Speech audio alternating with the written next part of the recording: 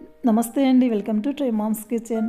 పచ్చి రొయ్యల వేపుడు ఒకసారి ఇలా ట్రై చేసి చూడండి. రెస్టారెంట్ స్టైల్లో సూపర్ టేస్టీగా ఉంటుంది.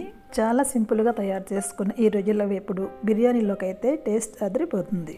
ఇంకా చపాతీ పుల్కాలోకి, అలాగే వైట్ రైస్లోకి, పప్పు సాంబార్లో నంచుకోవడానికి చాలా టేస్టీగా ఉంటుంది. ముందుగా పచ్చి రొయ్యలు శుభ్రంగా కడిగి తీసుకోవాలి. చివరిగా కొద్దిగా ఉప్పు నిమ్మరసం పట్టించి 5 నిమిషాల తర్వాత శుభ్రంగా నీళ్లతో కడిగి తీసుకుంటే నీచు వాసన లేకుండా ఉంటుందండి.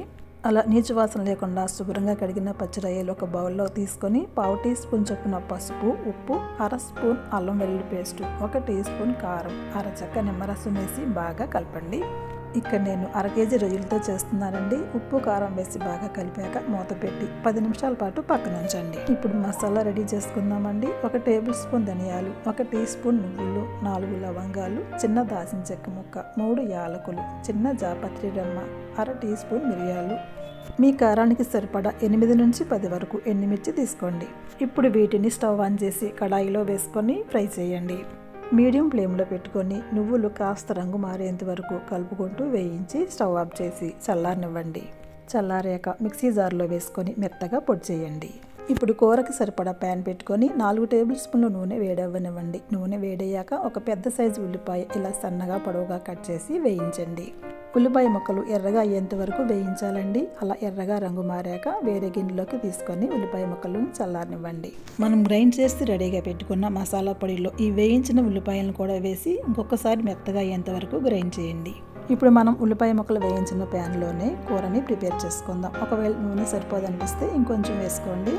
నేను అదే నూనెలో వేస్తున్నాను, సరిపోతుంది కాబట్టి. ఇప్పుడు ఒక బిర్యానీ ఆకు, 1/2 టీ స్పూన్ షాజీరా, 1 టీ స్పూన్ అల్లం వెల్లుల్లి పేస్ట్ వేసి అల్లం వెల్లుల్లి పేస్ట్లోని పచ్చి వాసన పోయేంత వరకు వేయించండి.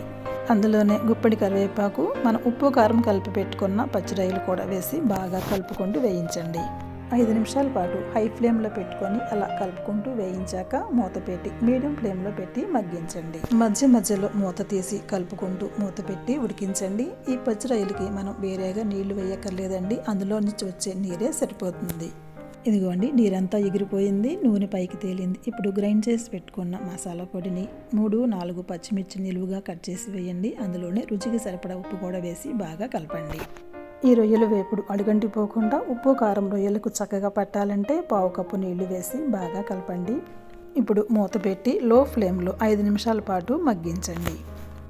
5 నిమిషాల తర్వాత మూత తీసి సన్నగా తురిమిన కొత్తిమీర వేసి బాగా కలపండి. అంతేనండి, గుమగుమలాడుతూ రొయ్యల వేపుడు రెడీ అయిపోయింది. ఇప్పుడు స్టవ్ ఆఫ్ చేసి వేడివేడిగా సర్వ్ చేయండి. ఈజీ అని టేస్టీ రొయ్యల వేపుడు నచ్చితే మీరు కూడా తప్పకుండా ట్రై చేయండి.